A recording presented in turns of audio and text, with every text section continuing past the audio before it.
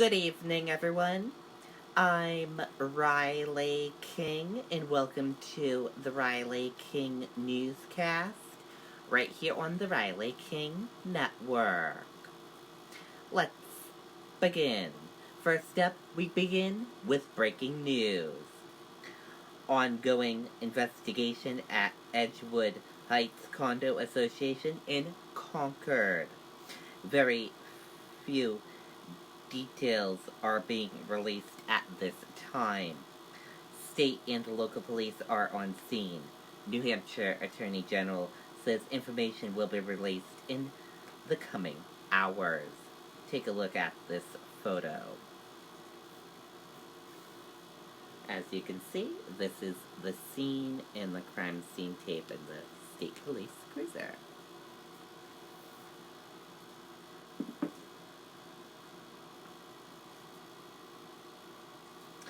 New Hampshire Attorney General is also assisting Concord police with a separate, unrelated incident at a home on Concord Street. No information has been released on that situation.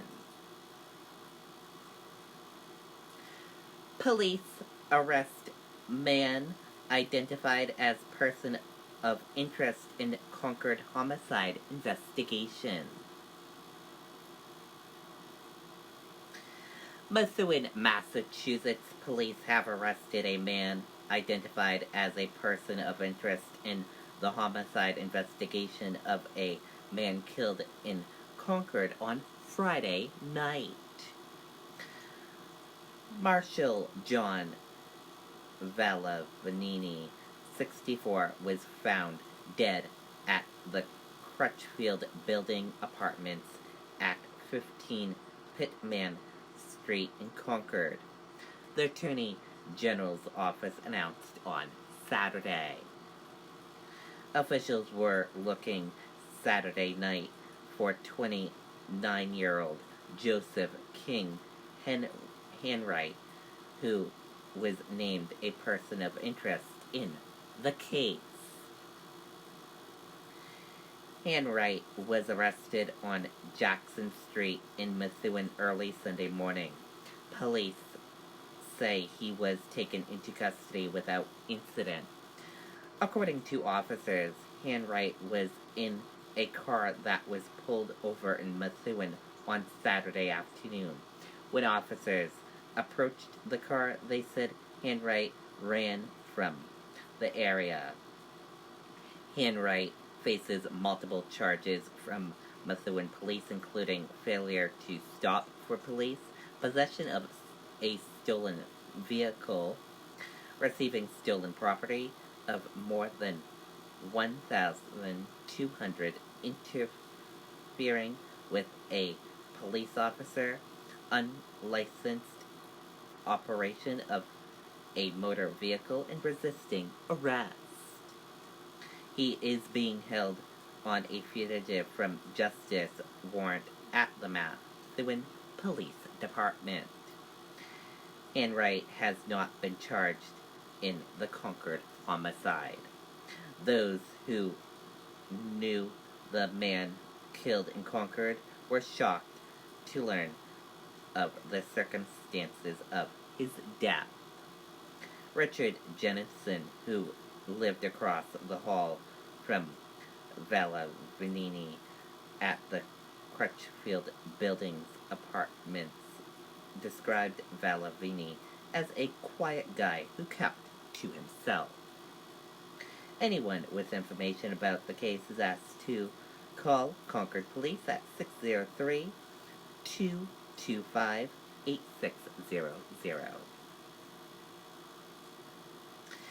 Manchester Police investigating reports of shots fired. Manchester Police responded to reports of shots fired in the area of Silver and Lincoln Streets on Sunday morning. Officers say they found shell casings in the area. They say the incident is not random and the public is not in danger. Anyone with information about the incident is asked to call Manchester Police at 603-668-8711. 6 people displaced after fire at mobile home park in Swansea. A fire at the Pine Grove mobile home park displaced 6 people Saturday night. According to firefighters, the fire affected 4 mobile homes.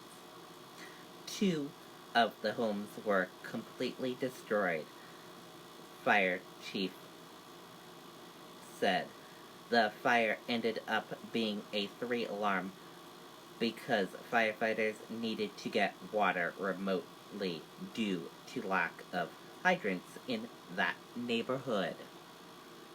According to firefighters, no one was injured in the fire, but several cats died in the fire. The Red Cross was at the scene to help those who were displaced.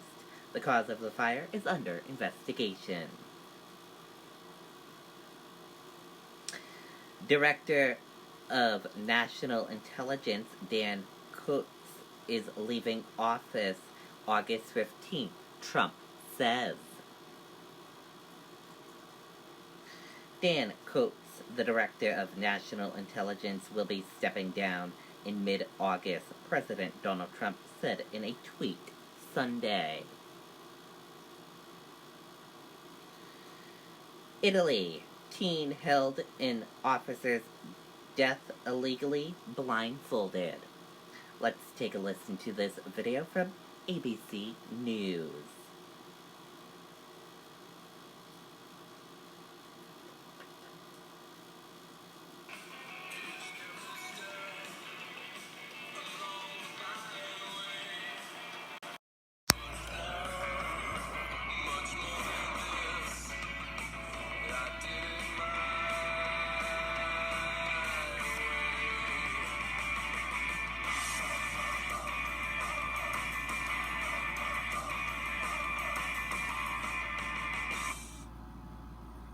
New details are emerging this morning about those 2 California teens arrested in the stabbing death of an Italian police officer. ABC's David Wright is in our London bureau with the latest. Good morning, David.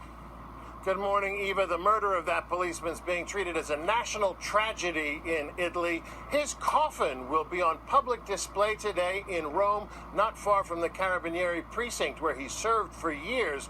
The 2 Americans, meanwhile, held in a Roman jail, cut off from their families back home. Finnegan Lee Elder and Gabriel Christian Natale Hjorth, both of the San Francisco Bay Area, are being held at Rome's Regina Coeli prison, accused of murdering a policeman. Friends and neighbors back home are shocked. I've got a savior. Never seen violence in him. Italian authorities say the 2 confessed to being involved in a violent altercation over a stolen backpack early Friday morning, in which the police officer was stabbed. Police say the young men were demanding €100 and a gram of cocaine to return the bag to its owner, but the owner of the bag alerted the Carabinieri, who were there in plain clothes, to arrest them. The suspects caught on security cameras as they fled the scene. Police say they found overwhelming evidence in the suspect's hotel room, including the alleged murder weapon cleverly concealed behind one of the ceiling tiles, as well as bloody clothing supposedly worn in the attack. Their bags were reportedly packed, flights booked. Police murders are rare in Italy, so this case is politically charged. Brigadier Mario Cercello Rega was 35 years old, a newlywed. Tomorrow, his funeral takes place at the same church where he was married just over a month ago. One of the American suspects' families say they haven't been able to contact their son. After Saturday's detention hearing, Finnegan Lee Elder described his client as psychologically tried, adding, "He's a 19-year-old boy."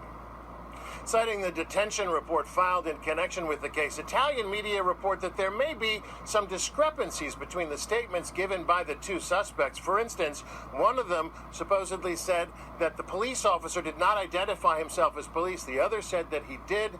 Of course, Dan, there may be a language barrier. Indeed. David Wright, thank you. Okay, and there you go on that video and that report.